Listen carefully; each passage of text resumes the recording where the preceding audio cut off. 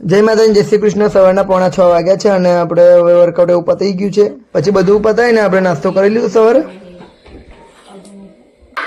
નાસ્તો કરી લીધો એટલે આપણે હવે જવાનું હતું ખેતરમાં। ખેતરમાં થોડું કામ હતું, બાઇક તો ઘરે છે નહીં એટલે હવે ચાલતું જવું પડશે। જો કોઈનું બાઇક મળી જાય તો સારું હોય। હવે હેરતા હેરતા ખેતરમાં જઈએ। ડેરી આગળ આવે એટલે ભાઈ બંધનું બાઇક મળી ગયું એટલે એના બાઇક પર બેસી ગયો છે ખેતર લગીને। ભાઈબંધ ગયો એના કામ છે, હવે હું આવી ગયો ખેતરમાં। તો ખેતરમાં તો ઘણું બધું કામ છે। હવે કામ તો થતું રહેશે। પહેલા શાંતિ જઈ કઈ ખુરશીમાં બેસીએ તો 15 મિનિટ પછી કામ। कौन है ये लोग? कहां से आते हैं ये? ચાલુ કરીએ। 10-15 મિનિટ બેઠા પછી આપણે ચાર વાળવા માટે બેસી ગયા। ચાર વાળતા વાળતા ભાગ્યા અને કહ્યું કે વિકાસની દવા લઈને આવો તો આપણે વિકાસની દવા લેવા જઈએ છીએ।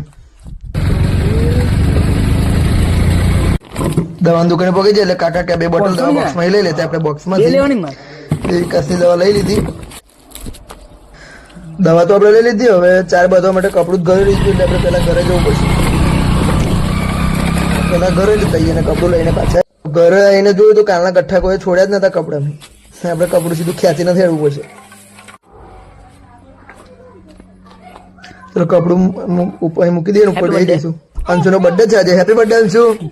કશું બોલતો નહીં, શર્માય હે બહુ। અંશુ હેપી બર્થડે કહીને આપણે ખેતરમાં જવા નીકળી ગયા। ખેતરમાં તો આવી ગયા।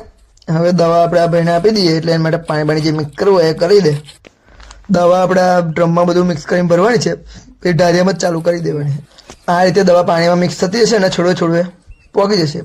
દવા પાણી ભરવાનું ચાલુ થઈ જાય। હવે આપણે આવી ગયા ઘરે। આજનો બ્લોગ કેવો લાગ્યો કોમેન્ટ કરજો અને ચેનલ પર નવા હોય તો સબસ્ક્રાઈબ કરી લેજો અને લાઈક કરજો।